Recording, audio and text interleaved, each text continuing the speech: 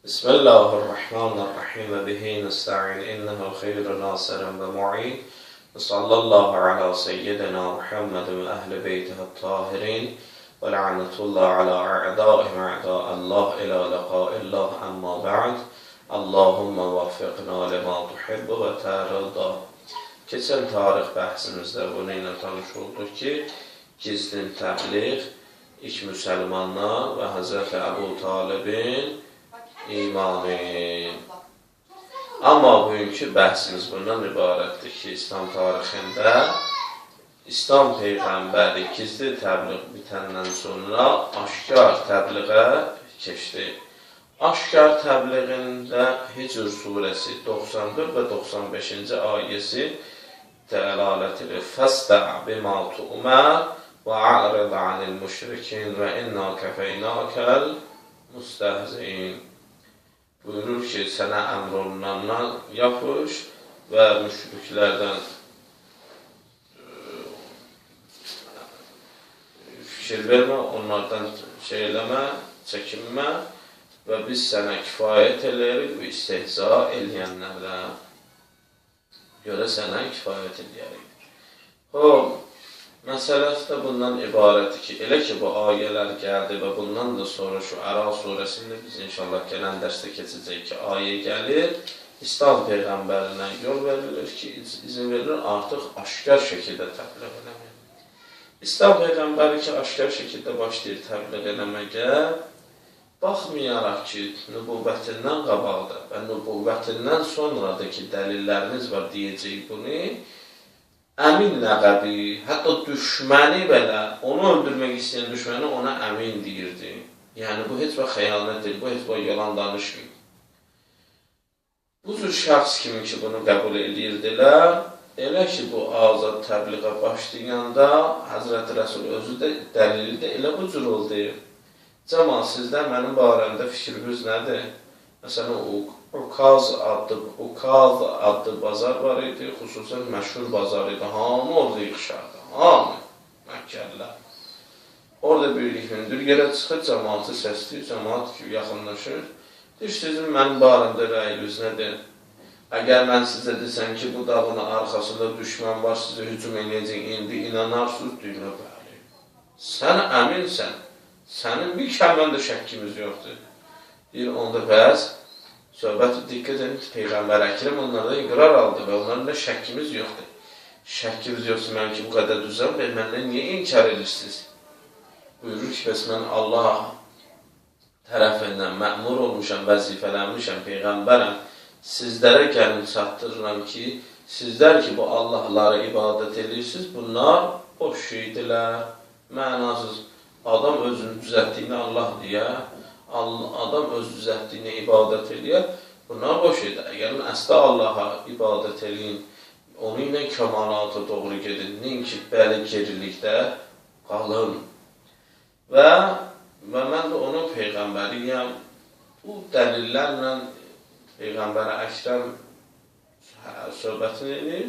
Elə orada Əbu Ləhəbdən, Əbu Cəhəldən məlunlar, bunlar başlayırlar ki, bu dəlidir, buna baxmayın, bu artıq ağlını itirib, da əvvəlki şəxsdir, daşlayın bunu, ta özü də bir neçə nəfərə puldan zaddan verir, daşlayırlar və o cür, yəni təhqir alınır. Əsas, yəni bu neçə dəfə belə bir şeylər olur. Əsas məsələ budur ki, elə ki, aşkar təbliği gördülər və aşkar təbliğin nəticəsində də çox insanların Peyğəmbərə iman gətirməsini gözləri ilə görəndə bunlar başladılar çara tökməyə. Elə bildilər ki, İslam Peyğəmbəri də bunların özü kimi bir adamdır. Başladılar həmişə mübəlliğlərə bu şeylər olur düşmən tərəfindən, İslam həqiqi mübəlliğinə. Birinci buyurdular ki, gəldilər Əbu Talibin yanına.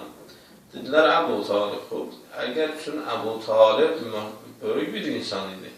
Əbu Talibsiz o məsələyə keçə bilməzdilər, bir şey deyə bilməzdilər. Dedilər, Əbu Talib, sənin ki, himayəndədir bu şəxs, bu, əgər bunun fikri, mal dövlət yığmaqdır, bu təzə ideologiyanı getirir, ona qəşəng sərvətlər verib Məkkənin ən varlısı olsun. Yox, əgər məsələn bizlərdə ərəbin yaxçı qızına, bunlar öz düşüncə eşirə təhlidir, sahib olması gəlsin, o bir qeyrət milləti idi də ondan o zaman. Hansı qızımızı istəyir, gəlsin, parmağını uzasın, belə sarsın, bizimlə razılaşsın və bizə qarşı çıxmasın, bizim Allahlarımız bütlərimizə qarşı, bizim öz missiyamıza qarşı çıxmasın. Həzrəti Əbu Talib rəhmətullahi aleyh çox belə dərrakəli insan olub. Düdü çox gözəl. Mənim ki demirsiniz, haqq ədalət carçısı və həqiqi İslamçı buna deyildir. Sizin sözünüz Peyğəmbərə deyir. Mən gedib çatdırıram. Ya Rəsul, sənə qurban. Mənə müşriklər 2 dənə sözü dedilər və 2 dənə təklif dedilər. Hətta 3-cü bir təklif də var, onu adam xəcalət çəkir burada deməyə. Bu bir qeyrət cəmat gəldi, də dedi ki, əgər dəlildirsə, ver bizə aparar yaxçı bir həkimin yanına, yaxçı bir cadukarın yanına, onu tezimdən çıxarsın, onu məndən bilim sağlasınlar. İşim onda yox. Həzrət Əbu Talib gəldi, Həzrət Rəsul'a buyurdu bunları. Həzrət Rəsul bir cümlə dedi, tarixə yazılan qızıl cümlə. Əqidəsi saf olanlar bu şeyi çox diqqət. Dedi, əlmə əgər sağ əlmə günəşi versələr, sol ələ ayı. Mənası nədir? Ney ki Məkkədə bu var dövlət, qadınca, ney ki dünya, bütün aləmləri mənə versinlər, günəş, ay, mənim bütün aləmləri mənə sahib eləsinlər. Mənim özümə Allah eləsinlər. Mən bunu ilə vəzifələnmişəm. Vəzifəm bu da Allah tərəfindən cəmaatı düz yola hidayət edin. Cəmaatı başqalarına, asıllıqdan, Allahın bəndəçiliyinə getirin, dönmərəm. Həzrət Əbu Talib də gəlir ki, Rəsulullahın sözü budur. Buyurun, gedin işimizi, daha nə istəyirsiniz ondan sonra eləyin indi. Nə edir, gücünsüz çatır eləyin, mən onun himayədarıyam. Əs, nə oldu? Buyurdu, bunları biz tarix kimi oxuyuruq. Hər namaz qılan bu cür olmalıdır. Əgər sən Peyğəmbərin ümmətisənsə, hər namaz qılan, hər bir müsəlman bu cür olmalıdır. Dininə ki, əqidəsi var ki, dini düzdür, dinini neyəsə satmamalı, neyəsə dəyişməməli. O dəyişəndən nəsə dini yoxdur, onun imanı yoxdur. Və İslam Peyğəmbəri bu cavabı verməklə orada bir şey də sabit edir ki, bunun xəttində yəqini var, düzdür. Və bu Allah tərəfindən ki, özünü heç nəyə olmuyor, bütün aləmə meydan oxuyur. Allah Teala bu tarixi hadisələrdən ibrət götürüb həyatında yaşayan Peyğəmbər ümmətindən bizi qərar versin.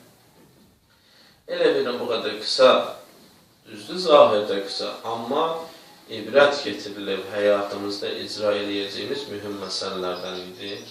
Allah bizdə bu cür ümmətdən qərar versin. Elhamdülillahi Rabbil alemin. Sallallahu ala seyyidina Muhammedin və əhl-beytiət-tahir.